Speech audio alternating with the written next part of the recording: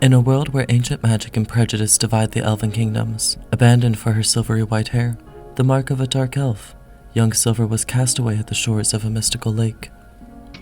Rescued by a wise witch, Silver discovered her true nature and the powerful moon magic flowing through her veins. Alongside fellow outcasts Matcha and Violet, she trained in the arcane arts, though her potion making still needs some work. Disaster strikes when an experimental spell goes wrong. Silver's friends are transformed into animals, while she battles a lichen curse of her own making. Can she master her magic in time to save them all? Deep in a magical forest, there lived a group of girls in a small hut. They were a close-knit group of girls, who were all outcasted by the nearby village for their magic. They supported each other and bonded over their mutual struggles. One day, Silver, the moon elf, was getting magic lessons from one of the other girls, Violet. Violet is a necromancer, so she was teaching Silver a healing spell. She told Silver to go to the forest and find an animal to test it out on, so Silver set out towards her favorite little-known spot deep in the forest. Because this was a well-hidden spot in the forest, Silver was dismayed to see that there were no animals around. As she was ready to give up and go back home, a black cat came in seemingly out of nowhere, meowing at her, as if asking her for help. She crouched down to look at the cat and, lo and behold, it had a splinter from a log stuck in its claw. Silver gently removed the splinter from the cat's paw and attempted to use her magic to heal the small wound that was left behind. Although it felt like the magic did not work at first, all of a sudden, the cat's paw was healed, good as new. Silver put the cat down as it meowed happily and rubbed against her, showing her affection. During the whole walk home, back to the girl's hut, the cat would not stop following her. Silver tried to tell the cat to go home, but it looked up at her with big, pleading eyes, and she couldn't resist. She brought him back to the Madame's hut, intending to keep it as her new pet. Violet and Matcha were thrilled to see the cat, and the girls decided to keep it. They named it Lune. As soon as Silver puts their new kitty down, he runs off into the Madame's old room. The girls look at each other, saddened by the reminder that the Madame is gone. They follow the cat into her room and watch in shock as the cat pulls a book off the shelf and a secret door behind the Madame's vanity opens. The girls follow the cat into the secret room and are shocked to see a hidden library. Why did the Madame never tell the girls about this place? One thick, old-looking book sat on a table in the middle of the library. The cat was standing next to it, meowing frantically, as if guiding the girls to it. When Silver opened the book, she realized it was the Madame's personal diary, dating back to when she first arrived in the forest. She wrote about all kinds of magic she discovered, all of the magical beings she helped in the forest, and her dissatisfaction with the village casting out so many people. When she turned to the next page, her eyes widened with a surprise as she saw a picture of the very cat that she had found in the forest that day. It was a doodle of Lune, drawn by Madame. It went on to explain the truth about this cat. It was a lunar moth demon in disguise. This demon had taken on the form of a cat because half of its demon spirit resides in Silver. This is the source of her magic powers. When Silver was born, the sheer amount of magical power could not reside in the weak, small body of a newborn baby. The demon spirit split itself in two as a result. Half of it stayed within her, and the other half was forced into the closest enchanted animal's body, which happened to be a kitten in the magical forest.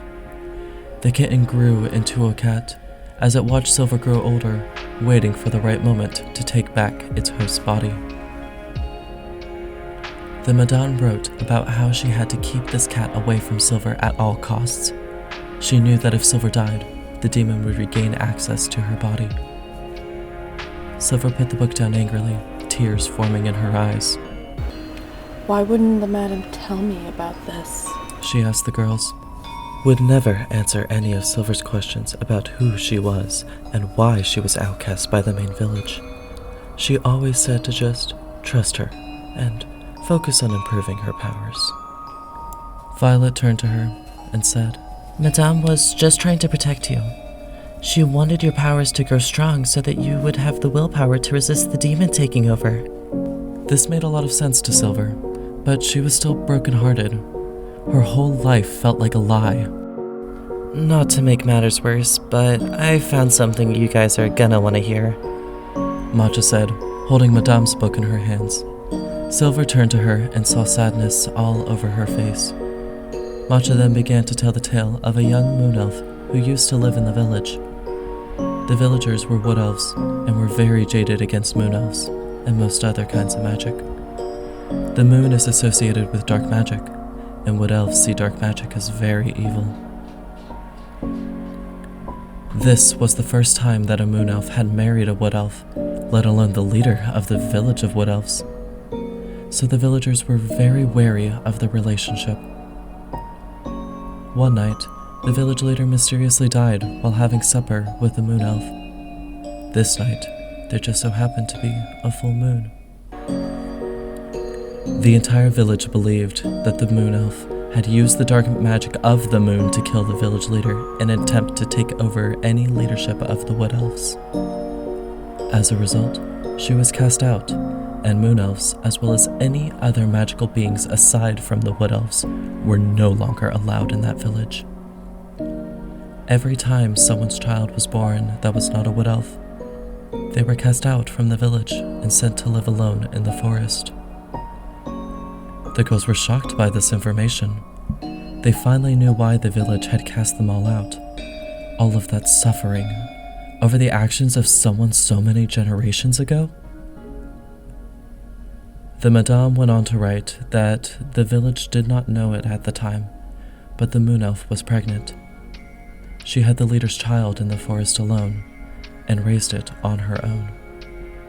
The Madame wrote that this was the truth of Silver's family lineage, and that this was the reason why she took responsibility for all of the magical beings that stumbled upon her deep in the forest. Silver's sadness and hurt turned instantly to anger and betrayal. The demon seemed to take notice of this and sat in front of her expectantly, meowing at her desperately. Is this what the demon wanted? Is that why it brought them here?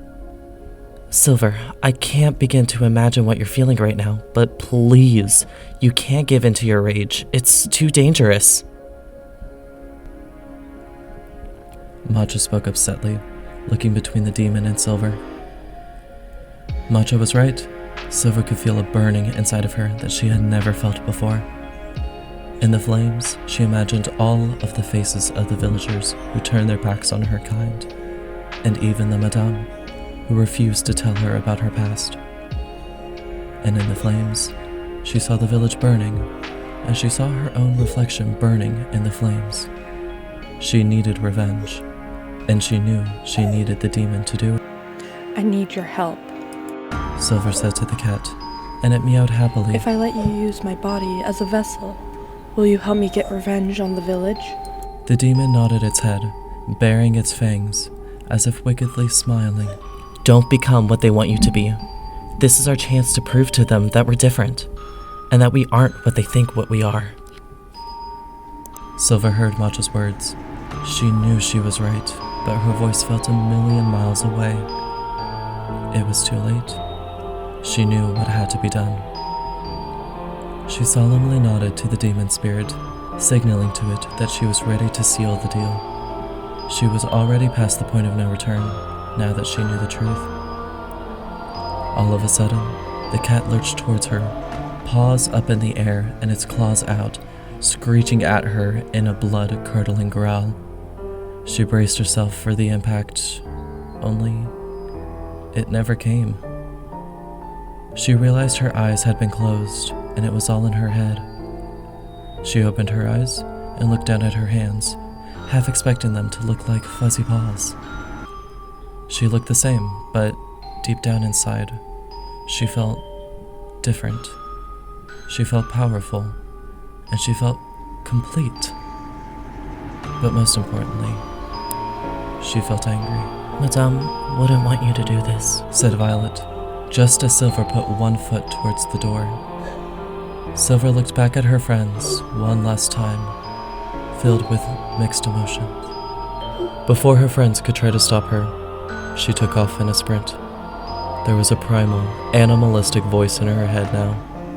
She felt the full force of the demon burning inside her, urging her to give in to her deepest desires and to leave her old life behind. She ran towards the village, and even though a small part of her wanted to, she refused to look back.